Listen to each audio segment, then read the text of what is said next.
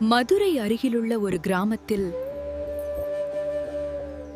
சாரா அமைதியாக வாழ்ந்து வந்தாள். ஒரு நாள் ஒரு மரத்தின் பொந்தில் ஒளிரும் சிலம்பை அவள் கண்டாள். ஆர்வத்தில் அதை தன் காலில் அணிந்தாள். அடுத்த நொடியில் அவள் வாழ்க்கையே மாறிவிட்டது. அவள்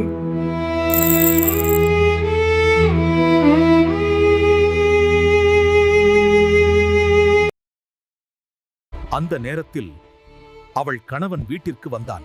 அவளை அடையாளம் காணாமல் திருடி என்று வெளியே தள்ளிவிட்டான். மனம் உடைந்த சாரா ஆற்றங்கரைக்கு ஓடினாள். அந்த சிலம்பை நீரில் வீசிவிட்டாள். உடனே அவள் பழைய உருவத்துக்கு திரும்பினாள். ஆனால் அந்த சிலம்பை ஒரு மீன் விழுங்கியது. அதுவும் மூதாட்டியாக மாறிவிட்டது. அறியாத பொருட்களை ஆர்வத்தில் பயன்படுத்துவது எதிர்பாராத ஆபத்துகளையும் துன்பங்களையும் உருவாக்கலாம்.